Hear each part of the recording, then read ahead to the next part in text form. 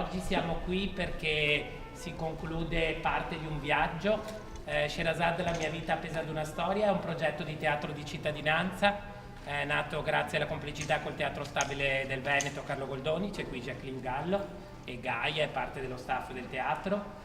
Abbiamo abitato gli hotel della città perché siamo stati mossi da una necessità, quella di far incontrare le persone che abitano questa città quotidianamente e quelli invece che la abitano di passaggio, le persone che abitualmente abitano gli hotel.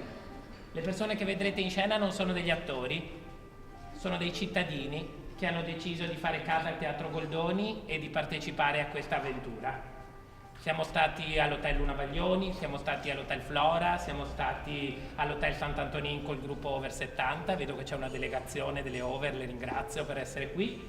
E oggi abbiamo l'ospitalità dell'Hotel Excelsior, che già ringrazio adesso, poi magari riusciremo a farlo anche dopo, che ha aperto le sue porte e ha trasformato per oggi questo spazio nella casa dei nostri sultani. Quindi oggi il tema che affrontiamo, che andremo a condividere, perché proprio di condivisione si parla, è il tema dell'accoglienza. Oggi state per vivere un'esperienza straordinaria, state per incontrare un sultano a casa sua, vi accoglierà, si prenderà cura di voi. Un'accoglienza indimenticabile. Ha voluto farlo, sì, ha voluto farlo perché oggi è diventato madre. Darà la vita ai suoi figli, racconterà loro storie, li nutrirà, li accarezzerà, li guiderà nelle avversità della vita, asciugherà le loro lacrime, condividerà le loro paure e le loro gioie, sarà abbraccio, sarà rifugio, sarà la casa dove ritornare. Si erano dati appuntamento in piazza San Marco, il primo giorno di primavera, alle ore 10. Ma si erano conosciuti, visti e amati a prima vista ad Istanbul. E insieme avevano visitato la chiesa di Santa Sofia. Poi si erano ripromessi di rivedersi a Venezia, di conoscere insieme la bellezza di Venezia, di visitare la Basilica di San Marco. E si chiedevano, ma la luce sarebbe stata la stessa all'interno della Basilica di San Marco come la stessa luce della chiesa di Santa Sofia? Ed è così che lui partì, per raggiungere lei. Ma, come tutti i turisti, a volte la fretta, la paura ci si confonde. Beh, insomma, era sceso a Venezia Mestra invece che a Venezia Santa Lucia. Così al posto dei canali aveva visto solo strade e un frenetico via vai. Comunque non si era subito demoralizzato, quindi aveva deciso di prendere un autobus, però era senza biglietto, quindi prese la multa. Ciononostante, finalmente arrivò a Piazzale Roma. A Piazzale Roma si trovò di fronte però dei tornelli e fece per saltarli. Corse come un pazzo perché non sapeva che doveva pagare un biglietto anche per quei tornelli. Finalmente arrivò sul ponte di Calatrava, ma dalla fretta e dalla paura stava per scivolare sul ponte di Calatrava. A quel punto arrivarono i portavaligie. Volevano portargli via a tutti i costi la sua borsa. E poi venne chiamato dai camerieri dei ristoranti. Non solo, sentì anche le voci di alcune donne vestite con la moda del Settecento. Volevano a tutti i costi vendergli un biglietto per un concerto di Vivaldi. Ed è a quel punto, mentre l'acqua alta saliva, che bussò alla mia porta. Io scesi e lo vidi che era disperato questo povero ragazzo e mi chiese aiuto. E gli dissi, ma se vuoi ti accompagno io in piazza San Marco. Sì, però non so cosa fare con questa acqua alta, mi disse. E io allora mi offrì di accompagnarlo e non solo. Pensai che era giusto, sì, gli regalai i miei stivali. E così almeno poteva continuare il suo percorso e raggiungere la persona che tanto amava. E io poi mi ritornai scalza a casa, scalza pensando però che la mia Venezia, nonostante tutto, è sempre una città bellissima, anzi quella sera mi sembrava ancora più bella di sempre. E non solo, pensai, la mia Venezia è pur sempre teatro di magnifiche storie d'amore. Nella città di Venezia c'era un fabbricante di formaggi che era afflitto da visite continue di topi nel suo magazzino e nel suo negozio. Era molto preoccupato, gli affari andavano male e nessuno voleva più comprare il suo formaggio. Un giorno per caso venne a conoscenza che a Venezia c'era un gatto rognoso, scansato da tutti, un gatto però particolare perché era bravissimo nella caccia ai topi. Così si mise in cammino e gira di qua, gira di là, si trovò nella zona di Castello e finalmente lo vide. Dapprima il gatto era un po' preoccupato perché aveva paura che questa persona volesse fargli del male, per cui si nascose, non voleva farsi trovare. Poi un po' alla volta il fabbricante di formaggi riuscì ad attirarlo nella sua trappola e gli fece capire che in realtà non voleva fargli del male, ma voleva aiutarlo e che ci fosse un reciproco aiuto tra di loro.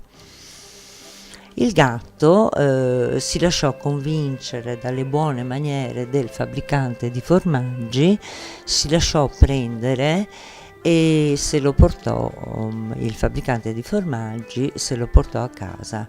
Lo curò, lo lavò, gli dette da mangiare e poi un giorno gli disse: io ho un grosso problema, ho un negozio dove purtroppo vivono molti topi e gli affari mi stanno andando male.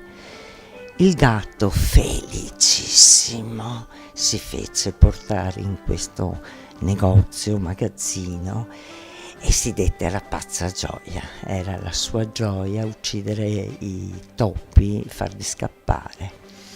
Diventarono molto amici.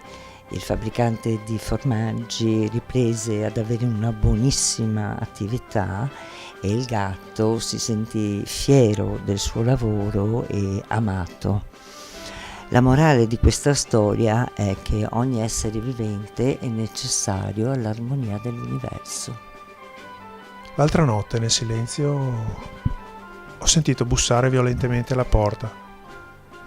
Assonnato mi sono avvicinato alla finestra, ho guardato, fuori c'era un ragazzo che urlava, piangeva, bussava con forza alla porta e poi a un certo punto ho alzato gli occhi e mi ha visto e si è zittito,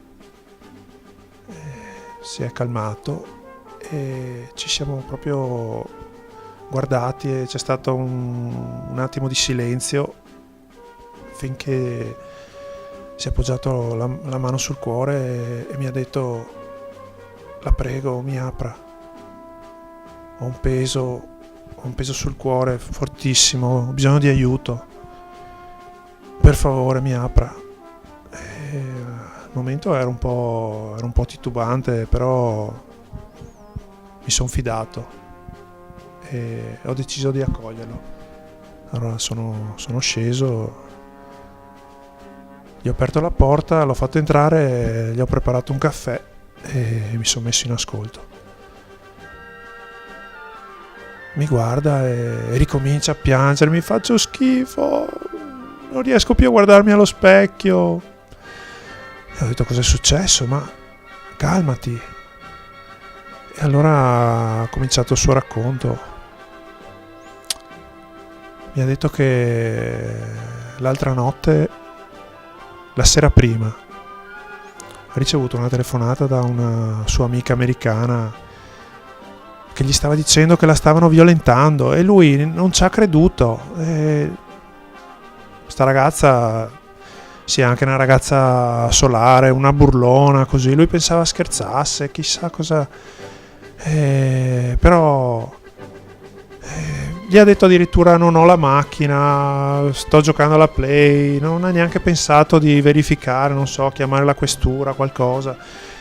E cioè l'ha lasciata così e la mattina dopo, ieri mattina, addirittura si è reso conto che questa cosa era successa realmente da ieri, che gira per la città con lo sguardo perso, con questo peso che veramente era straziato.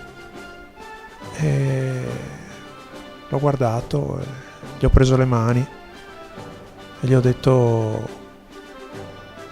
si può sempre ripartire, non bisogna mai abbandonare la speranza. In fondo anche tu questa sera cercavi aiuto e io sono qui ad accogliere te. qualche sera fa ho avuto l'occasione di accogliere un'altra persona, ma è stata un'accoglienza un po' diversa da quella che ho avuto con lei. A un certo punto ho sentito bussare alla porta in modo molto violento e una voce che diceva: apritemi, apritemi, per piacere apritemi. A quel punto sono andata ad aprire e mi sono trovata davanti un giovanotto molto spaventato, che mi ha chiesto subito di chiudere la porta dietro alle sue spalle. L'ho fatto sedere, l'ho fatto calmare un attimo e poi lui giustamente ha detto: guardi signora, adesso io vorrei raccontarle perché sono arrivato in queste condizioni a casa sua. E mi ha spiegato la sua storia. Lui è un giovane pittore, aveva quasi concluso i suoi studi e quindi cominciava a guardarsi intorno per cercare di introdursi nel mondo del mercato dell'arte. Girando, conoscendo persone eccetera, aveva avuto occasione di incontrare una signora. Era una bella signora di una certa età, molto elegante. Questa signora l'aveva subito accolta a casa sua, una casa molto bella, anche questa molto elegante. Come molto importanti ed interessanti erano, soprattutto per il giovanotto, le persone a cui lei lo aveva presentato. Erano mercanti d'arte, galleristi, persone che quindi potevano essere interessanti per dare un futuro a questo giovane pittore. Il giovane pittore però si era accorto che da parte della signora c'era nei suoi confronti un interesse che non era proprio solo dedicato alla sua arte. E poi c'era un'altra cosa che lo sconcertava. La signora era sempre molto gentile, però se lui, magari scherzando eccetera, cercava di avvicinarsi ad una certa porta che lei già gli aveva detto che lui non doveva neanche provare ad aprire, erano grandissime scenate isteriche, pianti, urla, minacce, cose di questo genere. Per cui ovviamente, trattandosi anche di un ragazzo giovane, questa resistenza della signora non aveva fatto altro che incrementare la sua curiosità.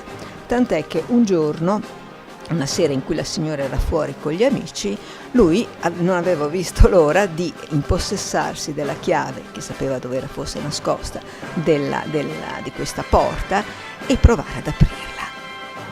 Aprì la porta e si trovò di fronte a una grande galleria, molto spaziosa, tutta costellata di ritratti. Avvicinandosi si rese conto che i ritratti erano sempre ritratti della signora, sempre assolutamente o completamente svestita, poco vestita o assolutamente svestita. E quello che lo sconcertò ulteriormente era che la signora appariva in età diverse della sua vita.